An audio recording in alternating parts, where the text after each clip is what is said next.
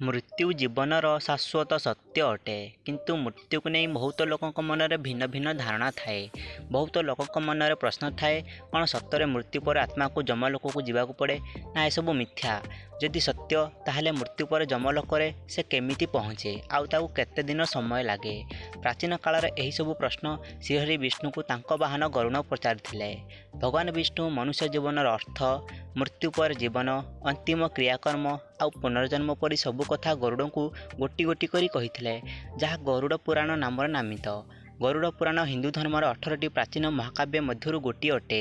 गरुड़ पुराण अनुसार मृत्यु पर आत्मा को जमलोक पहुँचा पड़े 47 दिन समय लगी थाए।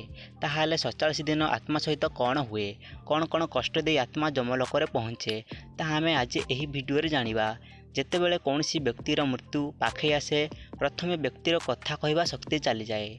आउ जेतेबेले अंतिम समय आसे सेतेबेले व्यक्ति को किछि समय पाई दिव्य दृष्टि आउ से सारा संसार को गोटे रूप में देखा लगे। आउ सबू इंद्रिय शीतल पड़ जाए। मृत्यु पर जमलोकरू 2 जमदूत आसती।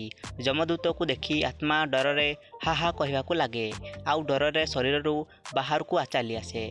जेमिति आत्मा शरीर बाहर को चली आसे जमदूत माने आत्मार गलारे फास पकाई जमलोक को नहीं जाती।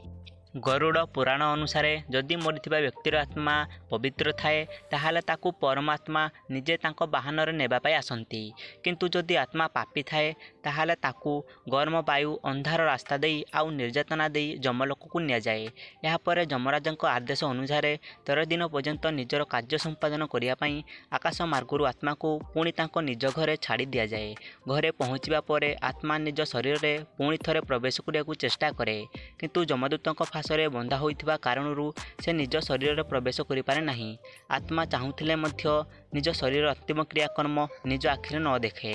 आउ 12 दिन जाए आत्मा निज परिवार गहली रे ही रही थाए। जेते दिन जाए आत्मार पुत्र पिंडदान न करती सेते दिन जाए आत्मा भोकिला शोषिला थाए। आउ 10 दिन रे दिया जाउथिबा पिंडदानरू आत्मा को चलने को शक्ति मिली थाए। एथिपाई हिंदू धर्म में पिंडदान करने आवश्यक माना जाए। यापर 13 दिन रे जमदूत पुणी आत्मा को धरी नियंती। आउ आरंभ हुए जमलोक को यात्रा। यात्रा समय आत्मा को बैतरणी नदी को पार करिया पड़ी थाए। कहुए बंचीथिबा समय मनुष्य जदि गोदान करिथाए ताहाले सेही गाईर लांजू को धरी से बैतरणी नदी पार करिथाए।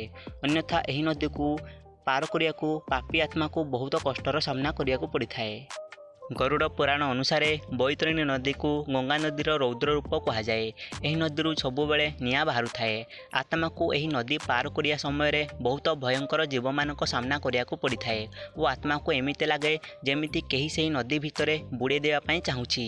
एहीपरी पापी आत्मा को यही नदी पार करिया 34 दिन समय लगे। एहीपरी भोकिला शोषिला आत्मा जमलोक पहुँची जाए।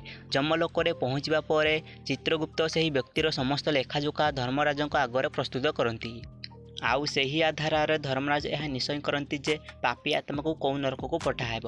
गरुड़ पुराण अनुसार पाखापाखि 36 प्रकार नरकर नाम उल्लेख कराଯାଇଛି, जहाँ मनुष्यर कल्पना ठार मध्य अधिक कष्टदायक हेब। सही प्रकार जो मनुष्य धर्म पालन करी सत्कर्म करे से बिना कौन कष्ट सीधा स्वर्ग लोक को यात्रा करे। आउ निज इच्छा अनुसार नुआ जन्म प्राप्त करें, नहले जन्म मृत्युर मुक्त होई सीधा परम आत्मा विलीन हो जाए। तो यह थिला गरुड़ पुराण अनुसार मृत्यु परर चक्र। ताहले आपण माने जानि पारिथिबे मनुष्य को बंचीथिबा समय केमिति आचरण करबा आवश्यक आउ केमिति नुहे। आशा करुछि वीडियोटी भल लागिथिबो। आउ एमिति नुआ नुआ वीडियो देखिया पई मो चैनल को सब्सक्राइब कर देबे। धन्यवाद।